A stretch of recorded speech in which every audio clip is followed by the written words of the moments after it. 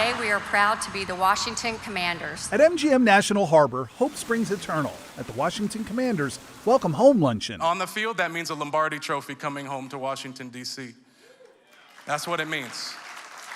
It also means moving into a new state-of-the-art stadium complex. Even some franchise legends joining the debate over where Washington's future home should be. It has to be in D.C. I'm a little biased, I like RFK. Can we fix that up? I mean, personal choice for me would be to renovate RFK. I think it's everybody's choice. While the Commanders' well-documented pursuit of that beloved RFK site remains highly unlikely due to federal land use issues and opposition from neighborhood residents and D.C. council members, WUSA9 has learned Commanders front office officials considered a second stadium site in the district, never before reported publicly until now.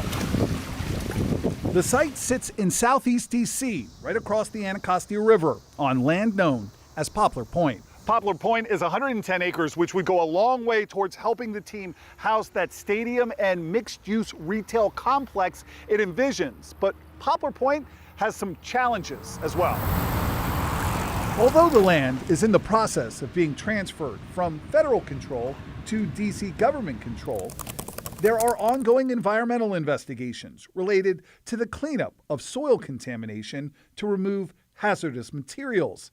And a source close to the stadium project tells WUSA9 the Poplar Point site, quote, remains a long shot due to regulatory and environmental remediation concerns. The Commanders and team president Jason Wright declined comment for this report. So I'm so glad you're here today. All this as Wright continues to make conflicting statements regarding the timing of a stadium decision.